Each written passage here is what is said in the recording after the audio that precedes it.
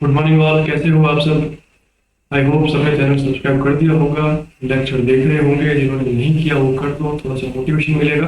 और जिस टॉपिक पे आप लेक्चर देखना चाहते हो प्लीज कमेंट में उस कमेंट करके और उसके बारे में बताओ।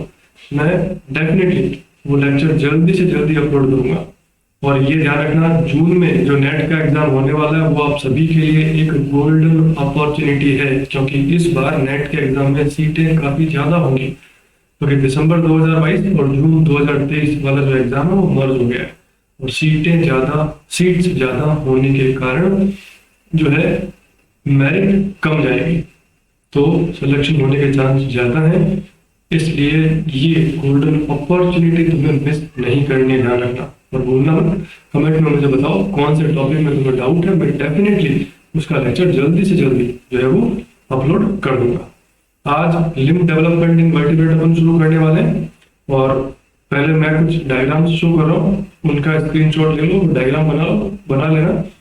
और डायग्राम के साथ साथ बनाने के बाद अगर लेक्चर देखोगे तो बहुत आसानी से समझ में आएगा, ठीक है। अदरवाइज उन डायग्राम्स का स्क्रीनशॉट लेके रख लो, लेक्चर से सुन लो, समझ लो, और डायग्राम्स बाद में बना लेना, ठीक है। तो स्क्रीनशॉट एक बार मैं शो कर देता हूँ, वो आप एक बार देख लो फटाफट।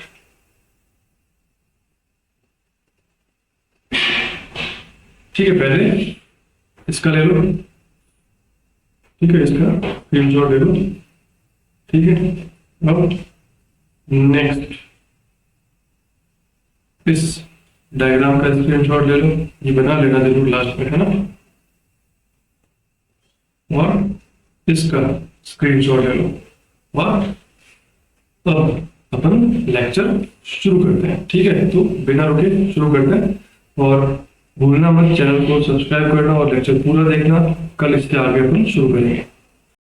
आज की क्लास में हम लिम्ब डेवलपमेंट जो है वर्टिब्रेट्स में उसके बारे में बात करेंगे। Limb development in vertebrates. तो लिम्ब डेवलपमेंट जो है वो बेसिकली जो ये बोन्स वाला पार्ट है, ये मेनली मेसेनकाइमल जो सेल्स हैं उनसे बना हुआ है। और जो मसल्स हैं वो भी मेसेनकाइमल ओरिजिन है, लेकिन जो सोमैटिक जो मेसेनकाइमल सेल्स हैं वो मसल फॉर्मेशन करेंगे पर्टिकुलर प्लेस पर। और जो लैटरल प्लेट से डेवलप्ड मेसेनकाइमल सेल्स हैं वो बोन्स फॉर्मेशन करेंगे। ऊपर वाली जो कवरिंग है हमारे स्किन की वो एक्टोडर्मल ओरिजिन उसका होता है। तो लिम्ब डेवलपमेंट में 3 स्टेजेस आएंगे।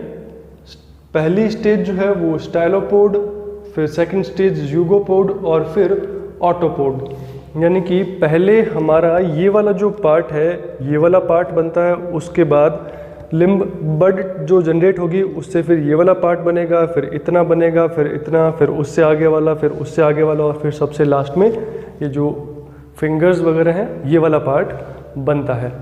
तो सबसे पहले जो है ये वाला पार्ट बनेगा, ये स्टाइलोपोड। इससे आगे वाला जो पार्ट है ये यूगोपोड, और सबसे लास्ट वाला जो पार्ट है ये ऑटोपोड कहलाएगा। तो स्टाइलोपोड, यूगोपोड और ऑटोपोड जो है ये सिंथेसिस होगा, इसका फॉर्मेशन होगा। 3 एक्सिस हैं जिनके स्पेसिफिकेशन के बारे में हमें बात करनी है। पास से दूर यानी कि proximal distal axis, proximal distal axis. अगर मैं इस तरह हाथ करता हूं तो ऊपर की तरफ जो रीजन आ रहा है यानी कि थंब, और नीचे की तरफ जो रीजन आ रहा है लिटिल फिंगर, तो थंब टू लिटिल फिंगर या थंब टू पिंकी एक्सिस, ये एंटीरियर पोस्टीरियर एक्सिस है। तीसरी एक्सिस जो है ये ऊपर वाला हिस्सा और एक नीचे वाला हमारा जो पाम वाला हिस्सा है, तो डॉर्सल वेंट्रल एक्सिस यानी कि प्रॉक्सिमल डिस्टल एक्सिस स्पेसिफिकेशन के बारे में हमें बात करनी है। एंटीरियर पोस्टीरियर और डॉर्सल वेंट्रल एक्सिस डिटर्मिनेशन के बारे में हमें बात करनी है। तो ये सारी बातें हमें करनी है आज के लेक्चर में। एक बार मैं वापस से फटाफट बता देता हूँ। स्टाइलोपोड, यूगोपोड और ऑटोपोड जो हैं ये 3 स्टेजेस हैं लिम्ब डेवलपमेंट के दौरान।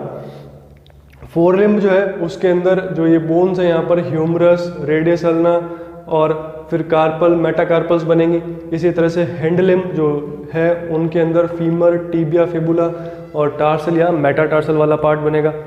तो और बाकी जो पार्ट है वो बेसिकली मसल्स से घिरा हुआ है और उसके चारों तरफ स्किन की कवरिंग है। तो ये लिम्ब डेवलपमेंट जो है वो हमें बात करनी है। इनसे रिलेटेड हॉक्स जीन जो है उनके बारे में भी क्वेश्चन आते हैं, तो उनके बारे में भी एक बार समरी में बता देता हूँ।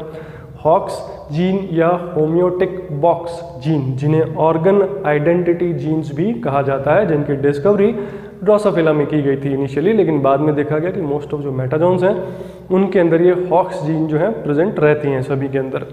और हॉक्स जीन जो है, लिम्ब डेवलपमेंट से रिलेटेड हॉक्स जीन्स जो हैं वो कौन कौन सी हैं उनके बारे में भी अपन बात कर लेते हैं।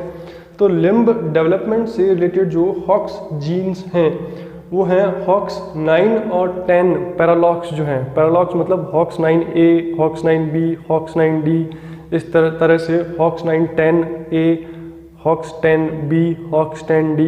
तो ये जो हॉक्स 9 और 10 पैरालॉग्स हैं ये स्पेसिफिकेशन के लिए रिलेटेड है। फॉर लिम्ब में स्टाइलोपोड वाले पार्ट के लिए, हिंड लिम्ब में स्टाइलोपोड वाले पार्ट के लिए हॉक्स 10 पैरालॉक्स जो हैं वो रेस्पॉन्सिबल रहते हैं। फिर मैं बात करूं ज़्यूगोपोड के स्पेसिफिकेशन या डिफरेंशिएशन के लिए, तो ज़्यूगोपोड डिफरेंशिएशन के लिए रेस्पॉन्सिबल जो हॉक्स जीन है, हॉक्स 11 पैरालॉक्स जो हैं वो ज़्यूगोपोड डिफरेंशिएशन के लिए रेस्पॉन्सिबल है। और ऑटोपोड वाला जो पार्ट है, सबसे लास्ट वाला डिस्टल रीजन, इसके लिए रेस्पॉन्सिबल हॉक्स जीन पैरालॉक्स जो है वो मेनली हॉक्स 11 और हॉक्स 13 पैरालॉक्स जो हैं, these are mainly responsible for specification of autopod reason.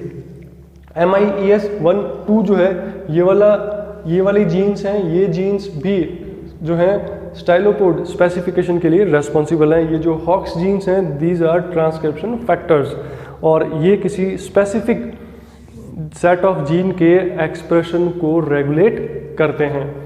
फिर हम बात करते हैं एम्ब्रियो में ही मैंने शॉर्ट में कुछ पार्ट जो है वो शो किया है। जो एम्ब्रियो है उसका ये ऊपर वाला हेड वाला रीजन है, नीचे की तरफ ट्रंक वाला रीजन शो किया है। सोमाइट्स जो है वो डेवलप हो गई हैं। लेटरल प्लेट जो है जो कि मीजोडर्म वाला पार्ट बनाएंगे, तो लेटरल प्लेट जो है वो हमने शो किया है यहाँ पर, और कुछ सोमाइट पेयर हमने शो किए हैं।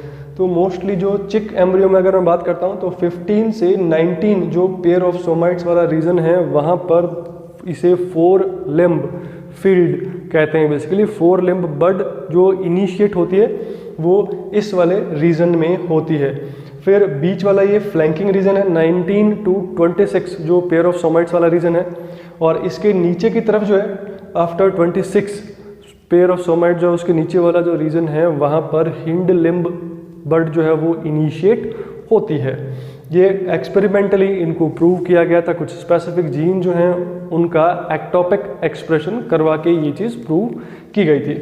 फिर यहाँ पर कुछ ग्रेडियंट शो किया हुआ है। 4 लिम्ब बड जो है उसको इनिशिएट करवाता है रेटिनोइक एसिड, और FGF जो है उनका ग्रेडियंट प्रेजेंट रहता है, लेकिन रेटिनोइक एसिड जो है 4 लिम्ब फील्ड जो है वहाँ पर रेटिनोइक एसिड जो है उसकी सिग्नलिंग FGF को इनहिबिट करती है। FGF एंटागोनिस्ट की तरह काम करती है और 4 लिम्ब बड इनिशिएट करवाती है।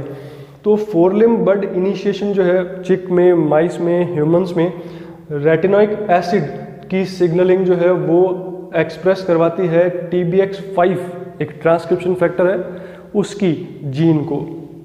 और ये TBX5 जो है ये 4 लिम्ब स्पेसिफिक जो जीन्स हैं उनका एक्सप्रेशन करवाता है। ये एपिथेलियो मेसेनकाइमल ट्रांजिशन भी करवाना शुरू करता है लेटरल प्लेट रिलेटेड जो सेल्स हैं उनका, और साथ साथ WNT1-2B जो सिग्नलिंग फैक्टर है उसका एक्सप्रेशन करवाता है। वो रेगुलेट करता है FGF10 के एक्सप्रेशन को। FGF10 जो है वो TBX5 के एक्सप्रेशन को प्रमोट करवाता है। साथ ही साथ FGF10 जो है ये जो एक्टोडर्मल रीजन है बाहर की तरफ, इस एक्टोडर्मल रीजन में WNT3A के एक्सप्रेशन को प्रमोट करवाता है, और जो WNT3A पैराग्राइन फैक्टर है ये FGF8 के एक्सप्रेशन को प्रमोट करवाता है।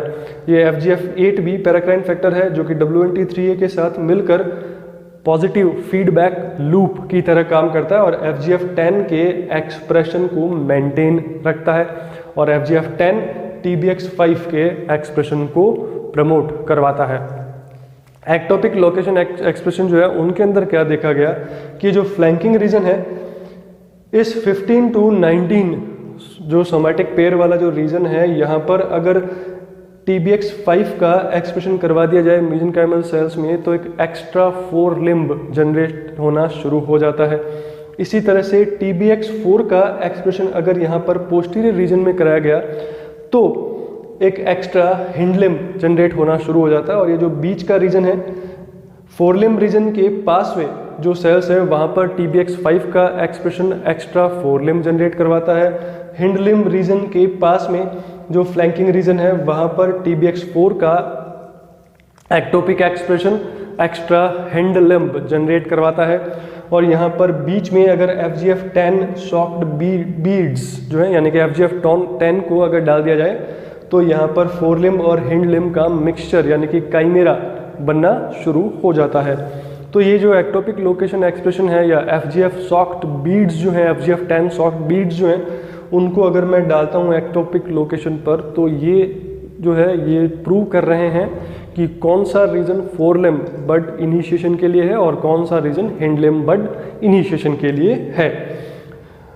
तो ये तो 4 लिम्ब इनिशिएशन से रिलेटेड पार्ट था। ये वाला पार्ट जो है अंदर की तरफ लेटरल प्लेट मेसोडर्म वाले जो सेल्स है उनमें सिग्नलिंग का है, और ये जो बाहर एक्टोडर्म है उनमें सिग्नलिंग को शो कर रहा है ये राइट वाला पार्ट।